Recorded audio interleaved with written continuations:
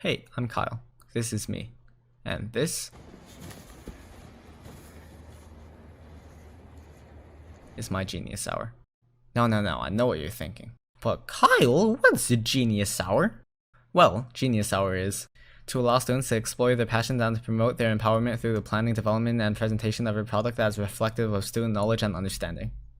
Yeah, in other words, I learned stuff. Not really stuff that'll get you into top universities or stuff that'll get you a job, but stuff that'll make people wonder just why. Over the next 25 minutes, I will be showing you the process of how some 13, now 14-year-old lad learns to type fast, solve a Rubik's Cube blindfolded, turtle, origami, and spin a book. Without further ado, let's dive right into it.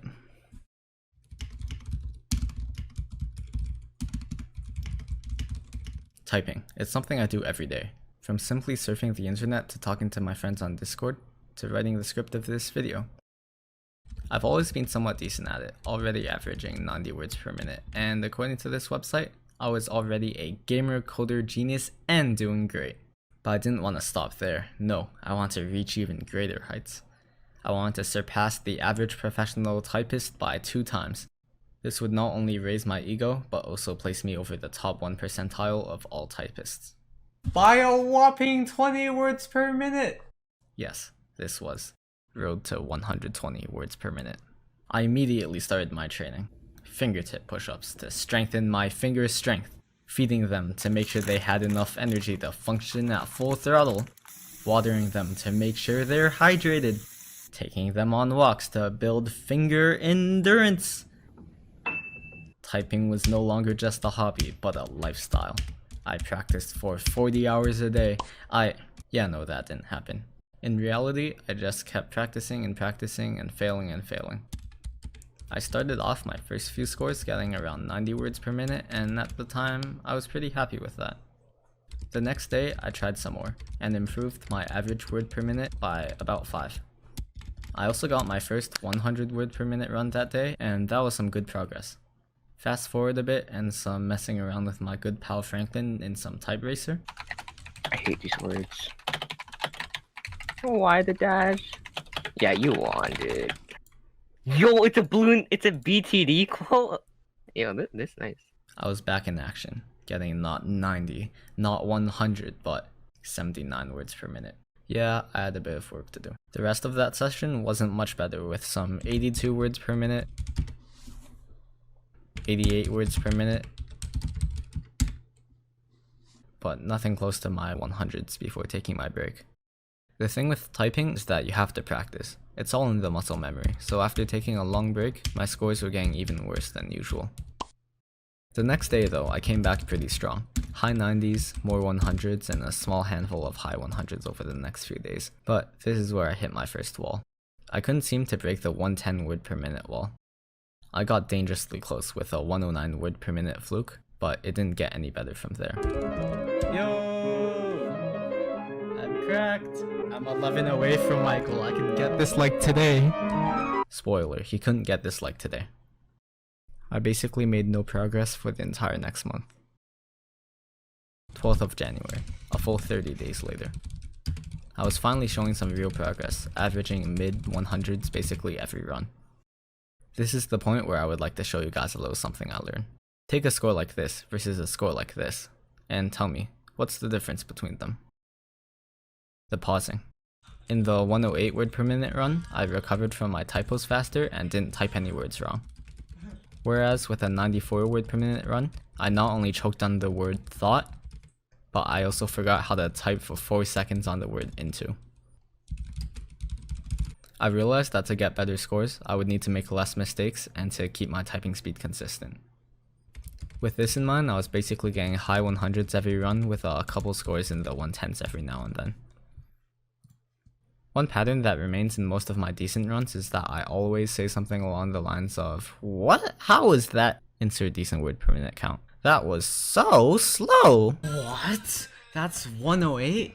Oh, that was slow.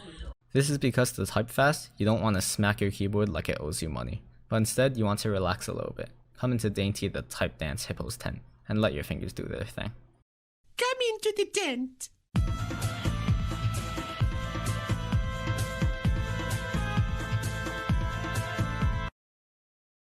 With that, I was just a hairs away from getting that juicy 120 word per minute score. And then, on the 25th of January, after exactly 2 months of trying, big boy confidence, I can do it now. Let's go.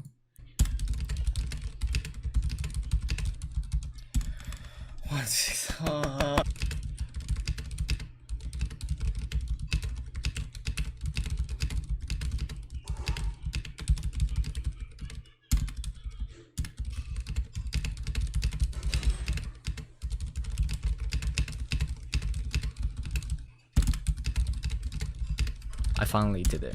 Oh, let's go! Oh my god!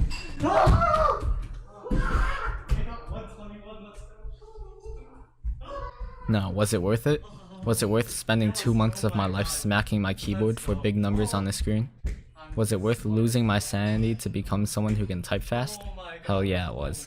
Now I can go to my friend and say, "Hey, I can type 120 words per minute." And they'll all say, "Wow, you're so cool, take my children." And I think that's pretty awesome.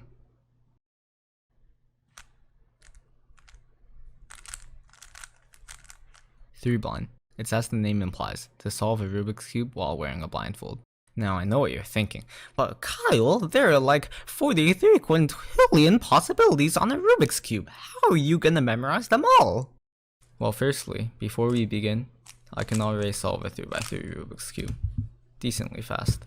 Doing it blindfolded was something I've always wanted to try, but never had the motivation to learn. Watching people like Jack Kai drop sub 23 blind solves when I couldn't even drop sub 20 regular solves did hurt a bit. But if I could just get one successful 3 blind solve, that would be enough for me. This was the road to 3 blind. Now, to actually solve a 3x3 blindfolded, we need to know 3 algorithms. First is called the T-perm, which looks like this. This swaps these 2 edges and these 2 corners, but we don't need to worry about the corners. Second is a modified Y-perm, which looks like this, and essentially swaps these 2 corners.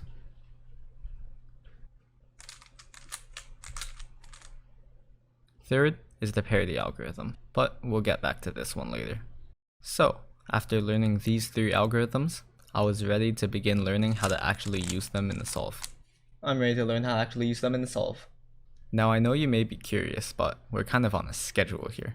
So the very basic idea is that you start with the edges, look for where the piece in the buffer position goes, swap using T-perm, and undo. Boom! Just like that, you have a solved edge. Repeat this for the rest of the cube and you'll have all the edges solved. Now, as for actually knowing which pieces to swap with during a real solve, we letter them, like this idiot kindly demonstrates for us. A, B, C, D, E, F, G, H, I, J, K, L, M, N, O, P, Q, R, S, T, U, V, W, X. It's a very similar process for the corners. You look for where the piece in the buffer position goes, swap, and undo. Repeat this with the rest of the cube, and you should have a solved 3x3. If you memorize an odd number of both edges and corners, this is called parity, and you'll have to do the parity algorithm, which looks like this.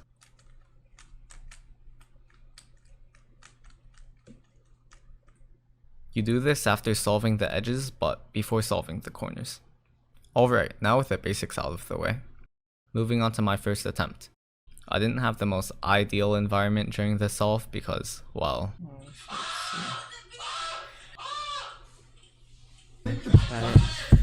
Exactly. Will, Rafis, B, C, D, F, G, H, I, J, K, L, P, T, Q, Jam, DJU, hoo-hoo. This made it so that it was really difficult to focus, and it wasn't a success. After looking over that solve and analyzing where I went wrong, I realized the way I was moving the pieces to the buffer position were wrong. I I was moving it there however I liked, all willy-nilly. But then I realized you're only supposed to move the L and D faces to get there. The next day, I tried a new method. Instead of going for an official attempt, I decided to practice doing it correctly first. I wrote down the letters I needed to memorize for that solve in my old sketchbook, and instead of putting a blindfold on my head, I solved with a cube above my head. Written over here is literally all the information you need to memorize to solve a 3x3 blindfolded. It really isn't as difficult as it looks, about the same as memorizing 2 phone numbers. Anyway, when I finished the solve, it was a very big wow moment. What?! I was honestly expecting to rewatch the footage to see where I went wrong, but turns out I actually did everything correctly. The following day, I was ready. With horrible lighting, a doggo blindfold, and a dream, I began memorizing. B, C, D, E, F, U, extra fine.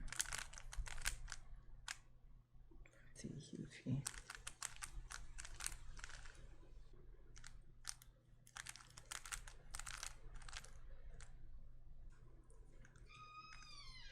In the end, after only 3 attempts, I was able to get it. I was honestly expecting 3 blind to take the longest to complete, but ironically, it was the shortest, and I think that's pretty awesome.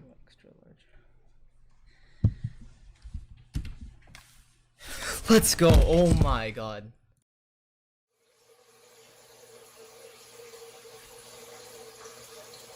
Whoa, slow down.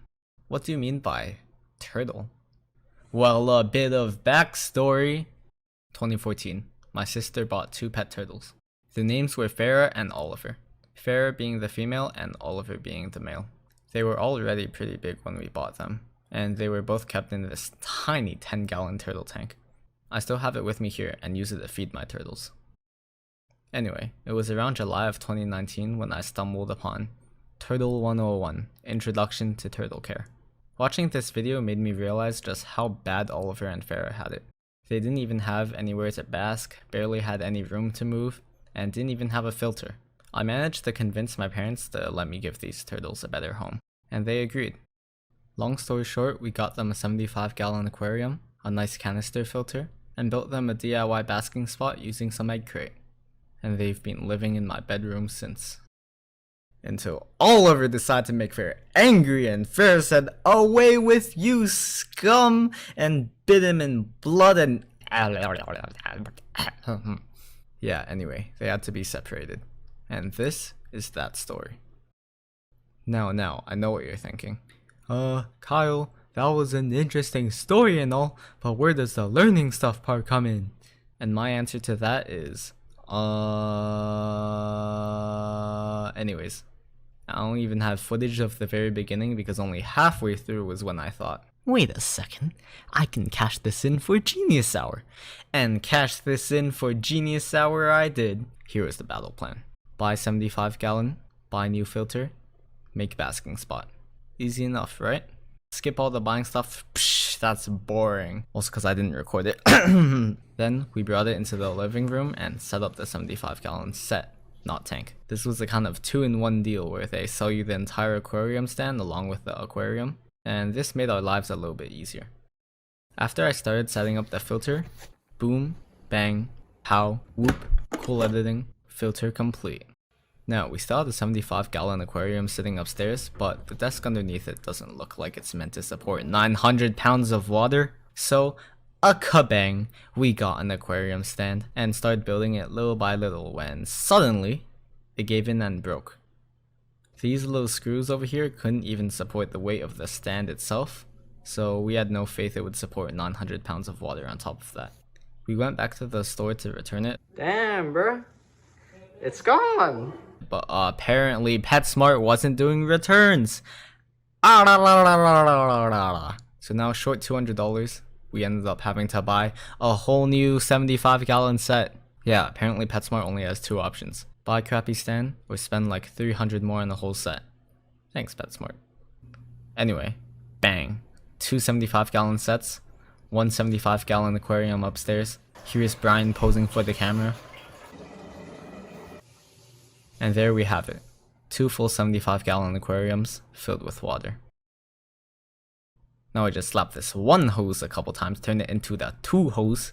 Kyle's setting up filter time-lapse, look at him go. And there we have it, a working filter running real water. Now to get Farah. She's still upstairs, so we just brought her along with all of her other stuff downstairs. This giant box you see over here is their old basking area. I made this 1.5 years ago, but now that they'll be in separate tanks, we're gonna have to build a new one. Before starting this project, I had already begun looking for a basking area I wanted to try building. There were a lot of great options out there, but personally I like this one. And so we bought the materials and boom, here we have my amazing diagram. And now we start measuring and sawing our PVC pipes. Some sawing later, we got our first pipe done, second pipe done, third, fourth, and here they all are together. I'm going to save you guys some time watching me saw all these down, but trust me when I say it took a while.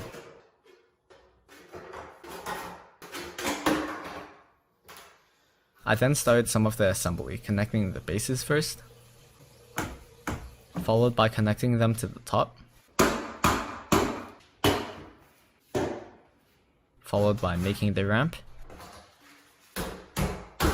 and cool transition. After all the assembly, this is what it ended up looking like. Not gonna lie, I was pretty satisfied. It ended up looking better than I expected, and I was ready to take it all apart again and wash, because there might have been some sawdust left. And here we are, back with a wet bin of PVC pipes. Drying them off, doo-doo-doo-doo-doo, and reassembly. Alright, now that the PVC pipes are nice and reassembled, we can slap it into the tank, just like that, and start working with the egg crate. You may be wondering what I mean by egg crate. What is egg crate? Well, egg crate was originally used by farmer people who want to safely store their eggs, but it's also gotten really popular for doing DIYs. Anyway, we're going to be using it to give our basking area a little platform, and this is what it looked like so far. I used what was left of the old sheet of egg crate I got 1.5 years ago from building the other basking area for this one. But then I realized there wasn't going to be enough. So I sniped some off from the top of the other basking area and just barely had enough to complete it. Next I just slapped some reptile grass over it to make it look and feel a little nicer and zip tied everything together. Turns out I needed more egg crate than I originally thought, so we went out and bought some more. We needed more because I wanted to make the basking area a little taller, so 1, Oliver doesn't escape, and 2, so the 100-watt heat lamp doesn't burn him alive. I got to measuring and used these wire cutters to snip them into the pieces I needed. I then zip tied the rest together while complaining about how ugly the yellow and orange zip ties were. So ugly one. So ugly. The ketchup mustard ugly. The pig ugly. Not the want to live ugly. The want to die ugly. With that, we were almost finished. All that was left was to slap on some steel mesh, some basking lights, and that would be just about it. And then, it was finally complete. Looking at Oliver bask on the basking platform I made was my most proud mom moment I've ever felt, and I think that's pretty awesome.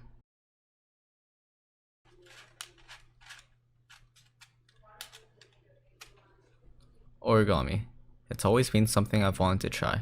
Back when I was in 2nd grade, my brother folded these little paper ninja shurikens, and I thought they were super cool, but I never really took the time to sit down and actually learn how to make anything. And so, for this skill, my goal was to make the 5 intersecting tetrahedra by Thomas Hull.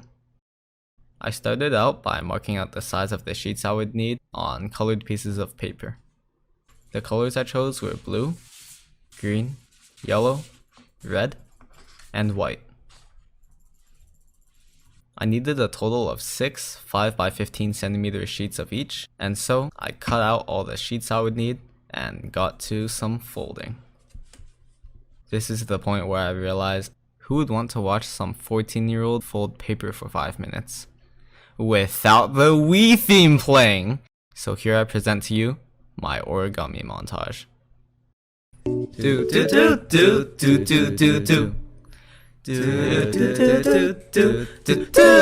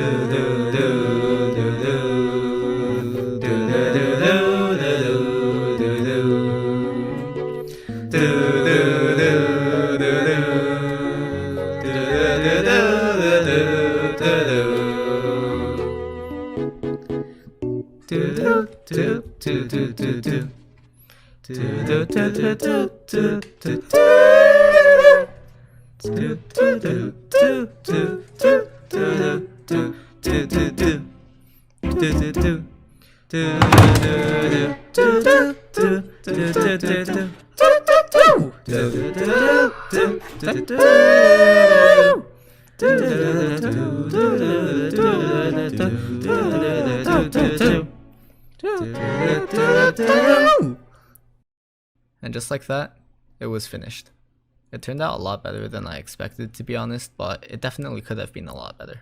Since that day, my fingers basically healed completely, and I think that's pretty awesome.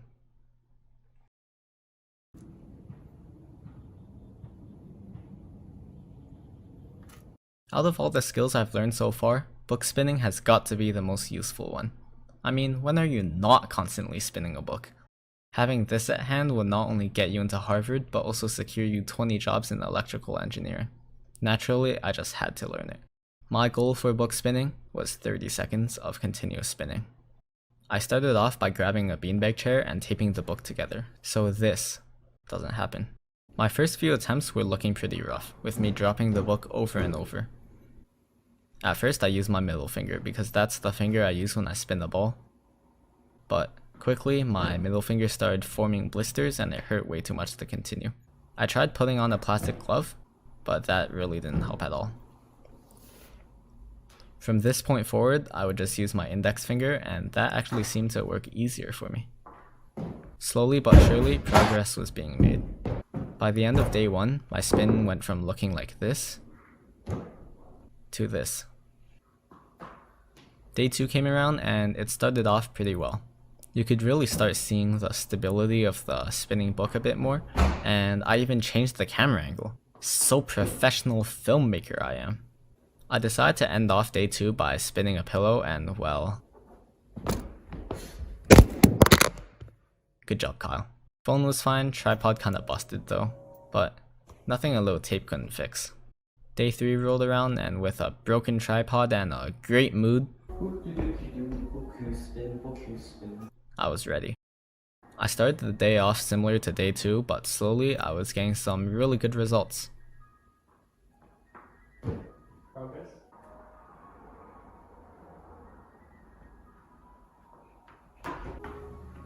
Hello is a newborn child. Roll it. Slow down. Roll it. Slow down. Roll it. Unfortunately, I destroyed my book a little bit. I wonder how that happened. Oh.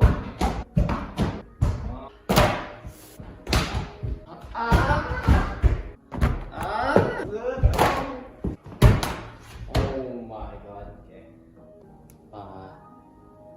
Okay. Anyway, I ran out of white tape, so I used the next closest thing. Gorilla camouflage tape. This was a horrible idea. Not only did it make the book like 2 times heavier, but it also made the balance feel just off. It also made it so that the book became invisible, so you have to trust me when I say that right now I am in fact spinning a book. We start day 4 off in the bathroom. I got myself a new book and ditched the camouflage tape.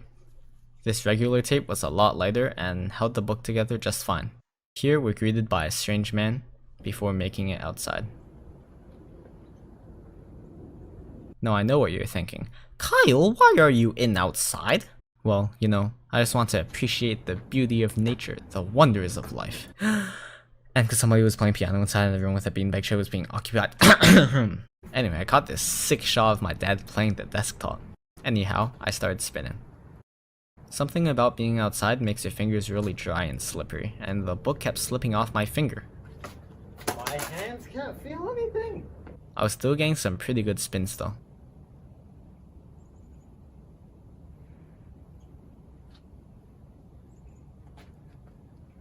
Oh, yeah. Let's go. I went inside real quick to restore my mana and to cut my nails. And I was back in action for 3 minutes before I went back inside. Book spinning and cold fingers don't mix. Luckily, Kyle secured himself the basement and didn't get distracted at all. Yo, that's dope. What? By the end of day 4, I was really starting to get it, but even though I could get pretty good spins, they weren't stable at all. Day 5, we're in the basement. Kyle had turned into the earth and the book was the moon. Seriously though, how do you even turn that much? Anyway, starting off day 5, I was already doing better. I got this one insane spin where I lost all the momentum but somehow saved it. I was getting some other really good spins too, but stability wise, they all still sucked. I knew that in order to get 30 seconds, I was going to need some more stability. Yeah, I just looked over that footage and oh my days, I got like 19 seconds on that. It may have been 19 seconds, but it felt like, whatchamacallit, unstable. Spaghetti. Spaghetti is pronounced spaghetti, but it's spelled spaghetti. Spaghetti. Spaghetti. So basically, I just watched that, yeah, and I think I can get 30 right now. Oh no! Just gotta believe. Yeah. And so he believed. Spaghetti. Spaghetti. Come on! This one, right here. This is it. Spaghetti. Yep. This is going to be 30 seconds.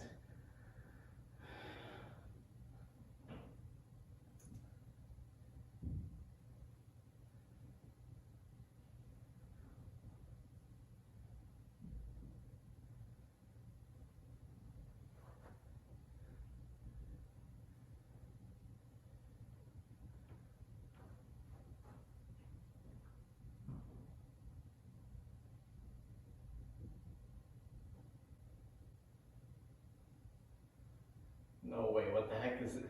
Spaghetti! Spaghetti, hi mom! Wait. And just like that, it was done. It just suddenly clicked. Like something in me said, yo, let's be stable now. And I was like, yes please! Now if a friend asks me, hey, can you spin a book? I can say with pride and confidence, spaghetti. And I think that's pretty spaghetti. I just realized I missed the best opportunity to say, see you next time.